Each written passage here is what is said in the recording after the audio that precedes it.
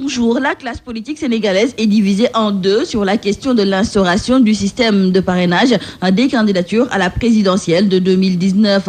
Nos confrères du journal Sud Quotidien nous indiquent que le système de parrainage faisant partie des points d'achoppement dans les concertations entre le régime en place, les pôles des non-alignés et surtout l'opposition, que ce soit celle qui a participé au dialogue politique, tout comme celle qui jouait à l'abonné absente à ces concertations. La question donc du parrainage des candidats à la prochaine présidentielle élargie aux formations politiques reste entière. Cela même si le dit système est soumis, comme d'ailleurs d'autres points, à l'arbitrage du chef de l'État. Et aujourd'hui, dans Sud Quotidien, nos confrères reviennent à travers un article sur certains avantages et autres inconvénients que présente ce système de parrainage pour les deux camps, à savoir le pouvoir et l'opposition. Nos confrères de Sud Quotidien se sont d'ailleurs entretenus avec des experts électoraux, en l'occurrence Ndiaga Sylla et Ababacar Fall, tous membres du groupe de recherche et d'appui conseil pour la démocratie participative et la bonne gouvernance. Et ces derniers ont procédé donc à une analyse des avantages et inconvénients de cette formule, non sans proposer des solutions de sortie de crise. Un reportage à lire dans Sud Quotidien. Et toujours concernant l'élection présidentielle de 2019, nos confrères du journal Vox Populi sont d'avis que les jeunes devraient jouer les premiers rôles au sein des directoires de campagne de la plupart des candidats à l'élection présidentielle. Et justement, le professeur Moussa Diaw déclare dans le journal Vox Populi que les jeunes sont incontestablement dans le débat politique.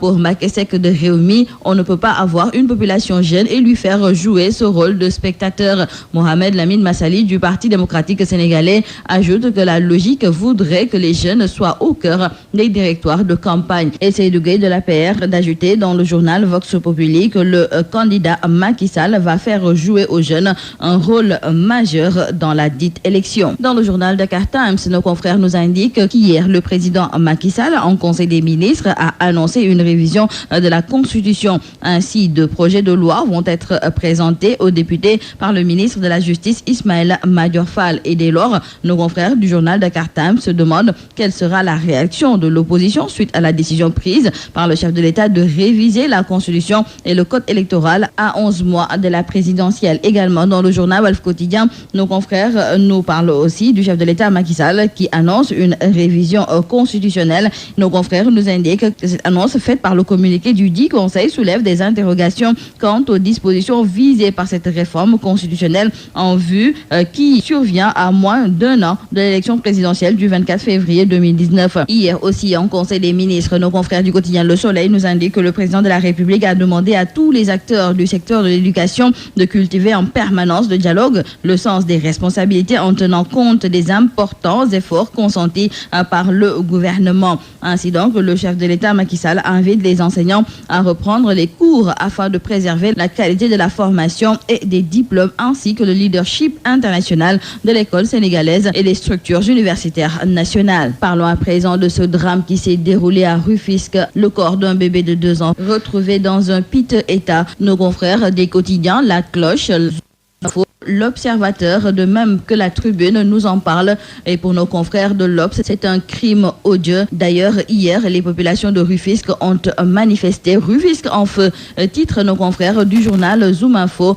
Dans le journal La Tribune, nos confrères nous parlent aussi de la récurrence des agressions, enlèvements et tueries d'enfants. Pour nos confrères du journal La Cloche, les autorités sont dans l'obligation de réagir face à la série macabre. Et nous terminons par le sport en foot. Le démarrage du regroupement pour les 2 matchs amicaux du mois de mars contre l'Ouzbékistan le 23 mars et la Bosnie le 27 mars a démarré hier dans la soirée avec l'arrivée de tous les 30 joueurs sélectionnés par l'entraîneur national Aliou Cissé. Dans le quotidien du sport Stade, nos confrères nous montrent des photos de l'arrivée des Lions à l'aéroport Mohamed V. Et nous terminons par la lutte. Nos confrères du journal Sunulamb trouvent que Modulo est sûr de ne pas chômer la saison prochaine. Pour l'instant, Modulo est seul contre tous car le leader de l'écurie Rock Energy attend pour le moment l'issue du combat royal entre Bombardier et Eumeu Sène pour croiser le fer avec le vainqueur. Modulo est aussi chassé par les jeunes loups comme Ama Baldé et Boy Niang 2 et donc récent vainqueur de l'Acte de guerre numéro 2.